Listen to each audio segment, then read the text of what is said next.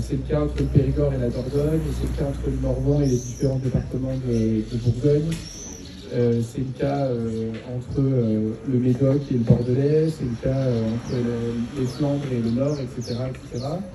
Vous avez toute une série de pays, entre 460 et 540, selon deux thèses de géographes, qui vont former des terroirs, donc on va en parler ensemble, et qui n'ont pas été retenus par l'administration française. C'était même en partie à dessein au moment de la Fédération, en 1790. Mais qui sont restés très forts dans le souvenir et la mémoire vivante des habitantes et habitants. Pourquoi cette notion m'a intéressé? Parce que, d'abord, elle est très appréciée par les Françaises et les Français. Il y a un score presque stalinien, un sondage de Opinionway qui dit que 99% des Françaises et Français aiment leur terroir. 95% considèrent que c'est la garantie d'une économie d'alimentation locale, authentique, respectueuse des traditions. Et 56% sont prêts à payer plus cher parce que c'est une manière de soutenir leurs voisins et les producteurs du coin. C'est 20 points de plus que ceux qui sont prêts à payer plus cher pour manger du bio. C'est 32% des Français qui sont prêts à payer plus cher pour manger du bio. Donc c'est même un label qui a plus de reconnaissance que le label biologique. Et le contraste qui a, je dirais, provoqué mon travail d'enquête sur les terroirs, c'est que personne n'en parle à gauche. Politiquement, le camp qui organise la mobilisation de l'imaginaire des terroirs, c'est l'extrême droite. Si vous regardez tous les programmes des législatives 2022 et 2024, à chaque fois que le mot terroir apparaît dans une profession de foi, c'est Éric Zemmour ou Marine Le Pen. Et sur Internet, c'est pareil. Quand vous tapez sur Twitter terroir avec un croisement politique, vous découvrez qu'en fait, c'est que l'extrême droite qui utilise de la mauvaise manière comme une garantie d'authenticité de l'origine de la personne. Donc c'est un peu français de Suisse, quoi. Je suis du terroir, donc je suis vraiment de là, et la preuve, je suis un humain AOP, puisque j'ai les jambes vraiment ancrées et enracinées dans cette terre. Il y a une autre récupération qui est très forte du terroir, donc ça c'est la récupération de l'extrême droite. Un mot de plus sur la récupération de l'extrême droite, qui en fait est assez tardive dans notre histoire contemporaine, et c'est aussi quelque chose qui m'a alarmé, puisque c'est depuis le discours de Maréchal Pétain en 1940, la terre, elle, ne ment pas, que cette notion de terre a été réappropriée par l'extrême droite et qu'on ne revienne jamais sur ce combat sémantique.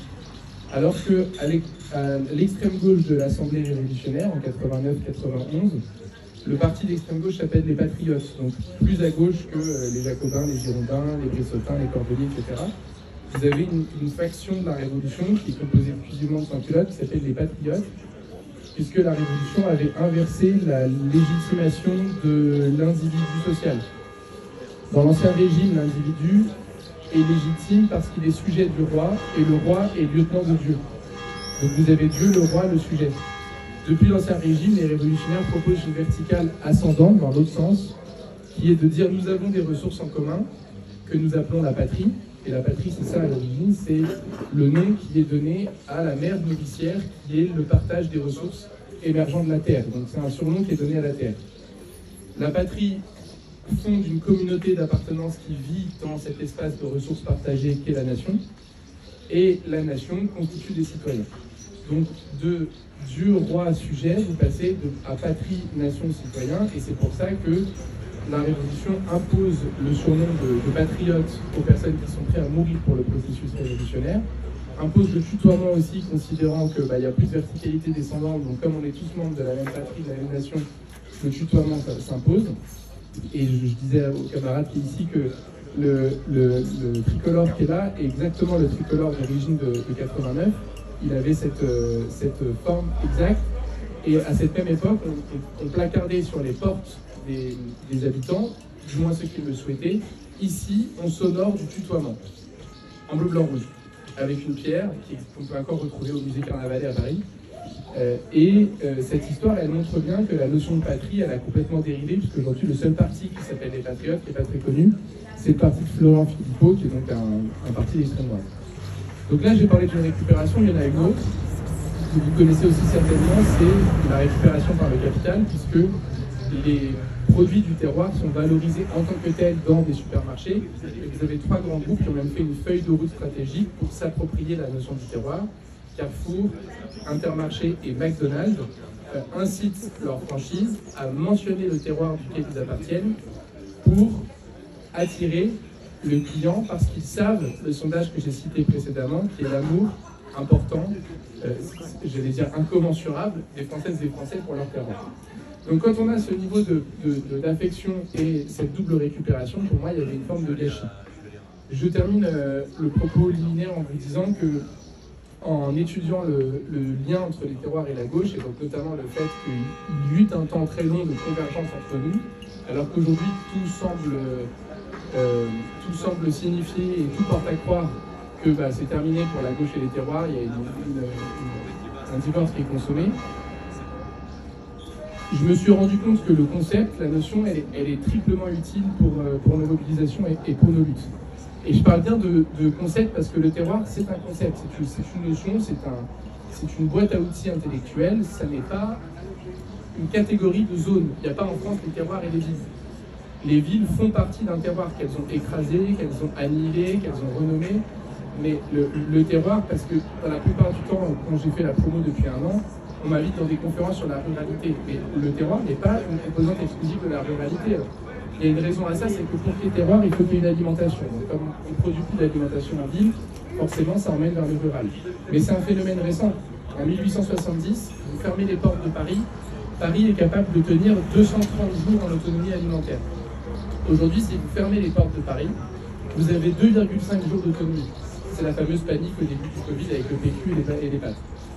Et ça, c'est pour vous dire la panique que ça représente. La mairie de Paris a même pris des délibérations pour augmenter l'autonomie de Paris intramuros à 5 jours. Et c'est des millions de politiques publiques pour qu'on arrive à avoir 5 jours d'autonomie intra-urbaine. Mais je le redis, au début de la Troisième République, on est à 230 jours d'autonomie. Donc ça, c'est une modification, c'est une anomalie. Et il ne faut pas oublier du coup que le terroir, en tout cas tel que je le raconte ici, n'est pas un exclusif rural, c'est une propriété française. Donc pourquoi l'outil est intéressant?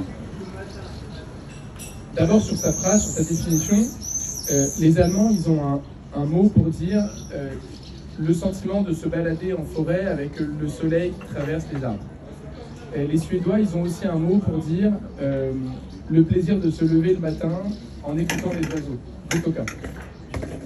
Nous, on a un mot en français, et c'est un intraduisible, il fait partie du dictionnaire des intraduisibles, pour dire la relation entre l'humain et son milieu et les caractéristiques spécifiques qui en découlent. Cette phrase entière, la relation entre l'humain et son milieu et les caractéristiques spécifiques qui en découlent, c'est le terroir. Et c'est un intraduisible. Parce qu'il n'y a pas de pays, dans les langues latines ou d'autres langues dans le monde aujourd'hui, qui disent à travers un seul concept cette phrase entière. Comme en français, on n'a pas de mot pour dire ce que les Suédois appellent Gotoka, le plaisir de se lever le matin pour écouter les oiseaux dans la forêt. Eh bien, ce concept de terroir a donc cette première utilité qui est de dire une nouvelle relation à la proximité, au local, avec une histoire particulière qui est la nôtre. La deuxième utilité pour moi de la notion de terroir, c'est qu'elle réaffirme une fierté, une dignité qui peut être politiquement populaire. Lors de la NUPES et du NFP, j'ai eu le privilège de faire campagne dans un territoire qui s'appelle le territoire de l'Ain, qui est au sud du département de l'Ain, à côté de Lyon, et où du point de vue du territoire et pas du terroir, Paris organise cet espace comme étant la plaine de l'Ain. Et la plaine de l'Ain, c'est un territoire fonctionnel que les politiques publiques urbaines de Lyon appellent un territoire servant, parce que c'est un territoire qui est au service des autres. Vous y avez la centrale du budget qui fournit la moitié de l'électricité lyonnaise, vous y avez l'autoroute Lyon-Genève qui est une 8 voies, vous avez les grands barrages hydrauliques du Rhône sur lesquels est écrit en lettres d'or pour ne jamais oublier que vous n'êtes pas au service de vous-même mais au service des autres, le Rhône au service de la nation, et enfin, l'humiliation la plus importante de ce territoire a été le viaduc du TGV qui est immense et qui produit un nombre significatif sur une ville entière qui s'appelle Saint-Maurice-de-Bénaud. C'est un viaduc dont la fonction permet au TGV de contourner Lyon. Si vous faites Paris-Marseille en train, vous avez peut-être relevé qu'il est possible de ne pas passer par Lyon. Et comment? Parce que vous passez par Saint-Maurice-de-Bénaud, ce viaduc qui permet au TGV désormais de faire Paris-Marseille en 2h50. Et ça, c'est la fonction de la plaine de l'Ain, c'est d'accélérer la communication entre deux métropoles, accueillir une centrale nucléaire, construire une autoroute, etc. Donc si vous faites campagne en mobilisant la plaine de l'Ain, vous rappelez aux habitantes et aux habitants qu'ils sont sur un territoire qui n'est que utilitaire des autres. C'est une base arrière, c'est le déglutissement de la métropole de Lyon qui déborde. Alors que si vous mobilisez les terroirs auxquels ils appartiennent, et ils sont nombreux dans cette zone-là, vous mobilisez une fierté et une dignité qui est en fait leur singularité à elles et eux et l'unicité de ce qu'ils ont vécu et pratiquent comme culture particulière. Culture prise dans les deux sens quand on parle du terroir, parce qu'il y a toujours une culture qui se mange, la culture alimentaire, l'agriculture, les produits, et une culture qui se vit, les savoir-faire, les traditions, les transmissions. Les terroirs de la plaine de l'Ain, c'est les suivants, peut-être que vous les connaissez, pour certains d'entre eux. C'est la Dombes, le Bugey, la Bresse, la Côtière. La Dombes avec ses étangs, très connus depuis le Moyen-Âge, où on produit une pêche locale qui vient du monachisme. Le Bugey avec le Vendry, qui est donc le dernier massif du Jura avant les Alpes. La Bresse avec son clair et la Côtière, qui est un ancien glacier avec ses ruisseaux. Donc si vous parlez dans un porte-à-porte, oui, tu les entends? Moi aussi je les entends. C'est eux qui doivent. Ah, parce qu'ils sont trop loin. On va voir. Ok.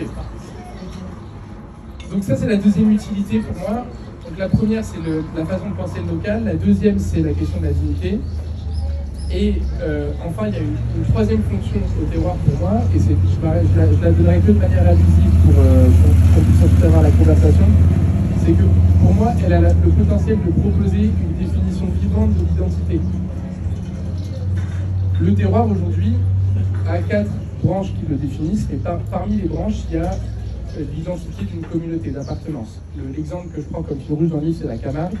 Donc le plus petit espace géographique de la Camargue, premier critère, donne une communauté que sont les Camarguais, une culture qui est le sel de Camargue, et une culture, une agriculture qui est le sel, et une culture vivante qui est la culture taurine. Et je parle de toutes les cultures taurines, pas exclusivement de la corrida, du simple fait que historiquement, en Camargue, on vit avec les taureaux, on grandit avec les taureaux, on meurt avec les taureaux. Et ça, c'est ce qui caractérise la Camargue dans son histoire spécifique. Le premier critère, donc, le deuxième, c'était être camarguais. Et c'est là où le terroir nous ouvre une porte intéressante, c'est que pour qu'il y ait terroir, il faut qu'il y ait relation. Relation avec la terre et relation avec les autres. Or, l'identité telle qu'elle est mobilisée par l'extrême droite aujourd'hui, et cette identité, comme décrit par Annie Malouf, c'est une identité meurtrière. Une identité qui est exclusive, immuable, essentialisée, imposée et surtout transmise par le sang. C'est-à-dire vous avez grandi en Camargue, vous êtes né en Camargue et vous passez votre vie en Artois, vous avez cultivé, grandi en Artois, du point de vue de l'extrême droite, vous êtes resté camarguais. Non, du point de vue du terroir, vous ne pouvez être camarguais que si vous avez vécu, cultivé et relationné en Camargue. Vous êtes parti en Artois, vous êtes artoisien. Et ça, c'est une ouverture vers une identité vivante qui répond à l'identité meurtrière de la Malouf que le terroir propose, et dans laquelle je propose que la gauche puisse s'investir davantage. Voilà, je vous remercie de votre attention.